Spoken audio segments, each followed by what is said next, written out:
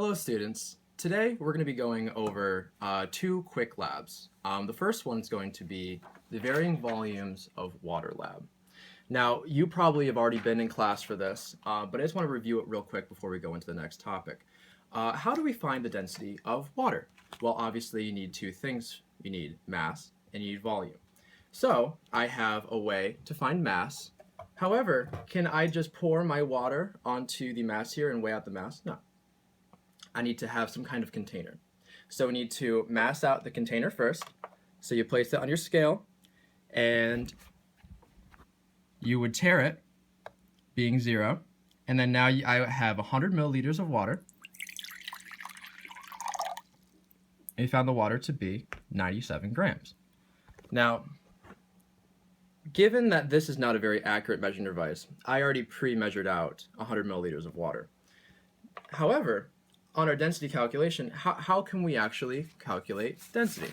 Well, the means we do this is our density equation is D equals M over V, which is density is equal to the mass divided by the volume. Well, what was our mass that we found? We found it to be 99 grams. And what was our volume supposed to be? Well, around 100 milliliter. So what is 99 divided by 100? Roughly, we're looking at 1.0 if we're rounding to the nearest tenth, which I hope you are. So our density of water is around 1.0. And now the next question is this consistent among all liquids? Now that is under investigation today with the lab that you probably missed with chorus rehearsals or band concerts. So you should all have this lab, the densities of different liquids lab, and you probably all have a blank table. If you haven't gotten it from your peers, it's okay. We have seven different liquids here. We have dyed water, molasses, vegetable oil, alcohol, ketchup, glycerin, and dish soap. Today we're not going to be using all of those as a demonstration because I could not find molasses and I could not also find ketchup. We're a mustard family here. But today what we're going to be doing is we're going to be seeing how these densities that I'm going to be giving you will help us predict where the liquids will form or settle out if we add them in the same container. I'm sure many of you have heard what a density column is from your peers who actually were in class today. So the first step that we're going to do is measure out the mass and the volume of each of our 7 liquids. However, we only have 4 liquids here today. We have vegetable oil, we have isopropyl alcohol, we have hand soap, and we have water. These are very common household liquids, and you can actually do this yourself if you would like to. But I'm going to give you the densities right now. So on your table, please fill out the densities as I call them out.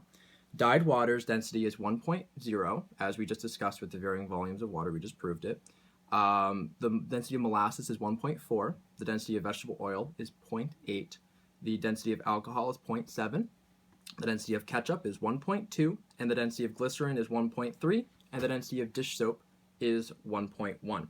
So with the densities that we're currently dealing with, we have 1.0. We also have, this was 1.1. We have 0.9. 1 second. We have 0.7. And we have 0.8. So these are the different densities of the stuff that we're going to be using currently. You can make a note of that if you would like. So what I want you to do right now is to take a moment, and if you want, you can gather these materials, and given the densities that I have just shown you, how would these liquids separate if they were to separate in one container such as this? So if I put all of these liquids into one container, which liquid would be on the bottom, which liquid would be on the top, and which liquid would be somewhere in between? Now, given the densities, how do you think, an answer in your head, how do you think that these would help you predict? So I want you to take a moment. On your lab, you have an area for you to be making a prediction. and we're going to be going over the observation. There's 7 here due to the 7 different liquids that we have, but we're only dealing with 4 currently. You can get the rest from your peers, or you can extrapolate based on the densities of the other substances that we've given you. So please take a moment right now. You can pause the video if you want to, and have fun. Try to figure this stuff out, make a prediction, and try to make a density column if you can. So take a moment, pause it. I'm assuming that you're coming back to the video after you pause. So what we're going to do right now is I'm going to show you what happened. So I'm going to put this up behind. So as you can see here, we have hand soap, we have water, which kind of reacted with the hand soap. We have vegetable oil, and we have alcohol. Now, given the densities of each of these things, hand soap was 1.1, water is 1, vegetable oil is 0.8, and alcohol is 0.7. Now, given that information, isn't it clear that the higher the density, the lower you'll find that liquid in a particular container? Now, the next question for you, I'm going to try to leave this here. The next thing that I'm going to do is we have different substances that I'm going to add into this, and we're going to see what happens. So we know that the densities of each of these liquids. However, we're going to try to figure out what the density of these beads would be if we place them in our density column. So depending on where this bead would float, we've already discussed earlier in the year that if you have something less dense than water, it would float on top of water. However, is this so what we're going to start out with is this plastic bead. So where do you think this plastic bead will fall?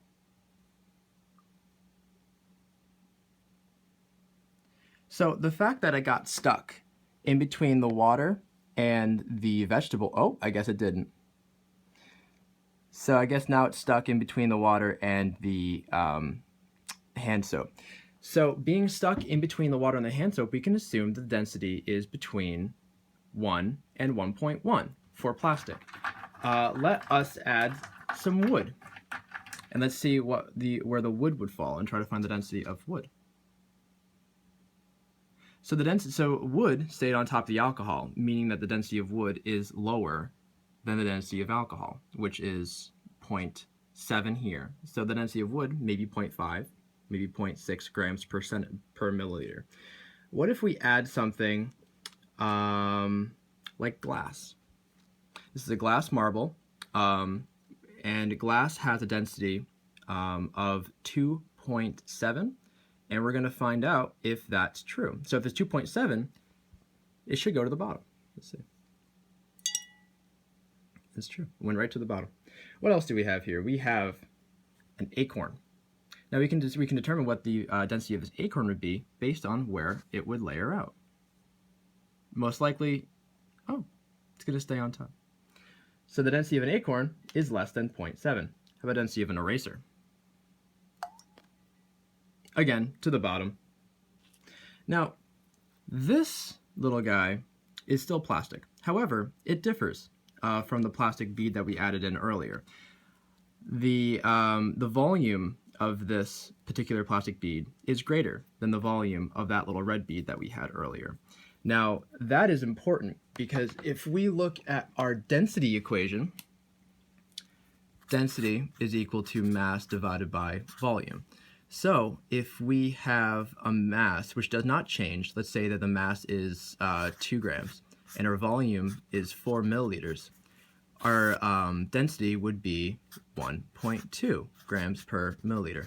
However, if we double the value of our volume, now we're doing 2 divided by 8, which is no longer 1.1 over 4, or 1 over 2, it's 1 over 4.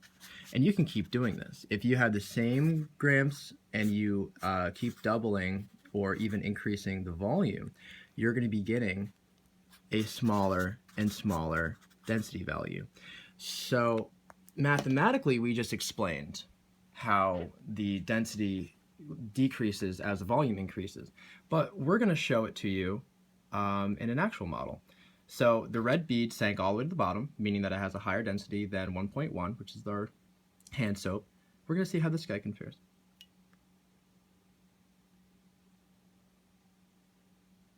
As you can see, it got stuck in the hand soap. It's a little bit higher, but it still seems to be sinking down. It took a longer time to get down there. However, that may just be due to surface friction. A better representation would be, and you can do this at home, a better representation of that would be by putting a raisin into carbonated soda. You can try it out at home if you want to. It's a lot of fun. I didn't have any soda here today, so I can't show you, but that's also not the topic of our discussion today. So, as you can see here, we can determine what the densities of each of these different substances are based on where they flow in a density column, or where they fall to. However, what's the difference between a solid and a liquid? Solids have a definite shape, and liquids fill the shape of the container that they're currently in. So, if I were to stack a bunch of solid things together, such as these boxes. If I were to stack these boxes together, will they rearrange themselves? No. The density of this box may be greater or lower than this box, but based on the fact they're solids, they're not going to be moving.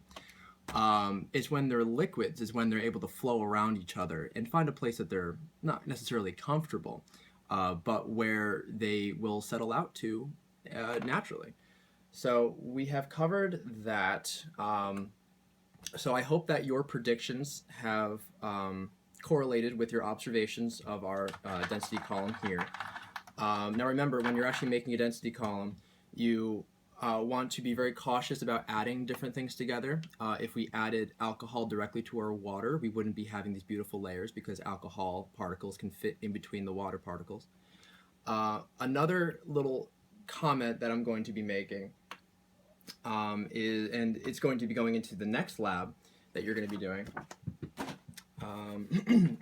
It's the salinity lab of density. So what we're going to be doing right now is I'm just going to be demonstrating for you how we're going to be setting up this lab. We're not going to be doing anything. I'm not going to be adding anything. But we have three of the same volumes of water. However, tomorrow what we're going to be doing is we're not just going to be dealing with water, because we've already found that out. The same volume, different volumes of the same liquid will give the same density.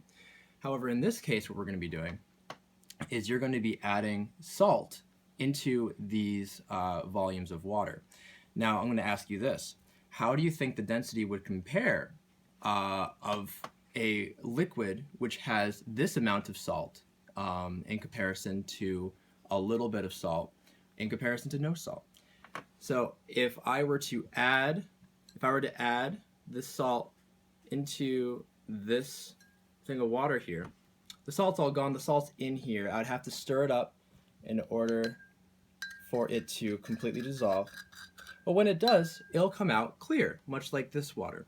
However, has the mass changed? Has the volume changed by a little bit? Yes, the volume has changed by a little bit, but the more important thing is how the mass has changed.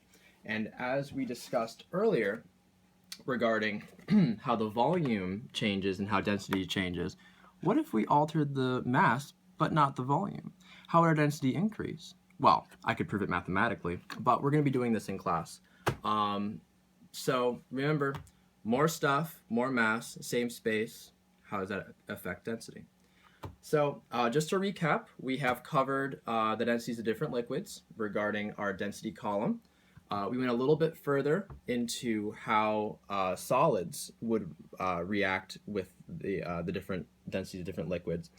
And we didn't really find much conclusive data because everything mostly sank to the bottom, but that does show us something about the densities of these objects, that they're above 1.1, which is their density of hand soap. So you can do all of this at home if you want to. Just make sure when you're finishing up the lab, make sure you answer all the questions on the back. And make sure that your calculations have three things. Make sure your calculations have an equation. They have correct substitution. And they have units. And they're rounded to the nearest tenth. So you can pause it, keeping these four things in mind when you're doing your calculations. We're grading each of them individually. So yeah, go have fun. Try to do one of these for yourself, and we're going to be talking about how salt in water can affect water's density. So remember, the density of water is 1.1. It's all the state requires. Bye, guys.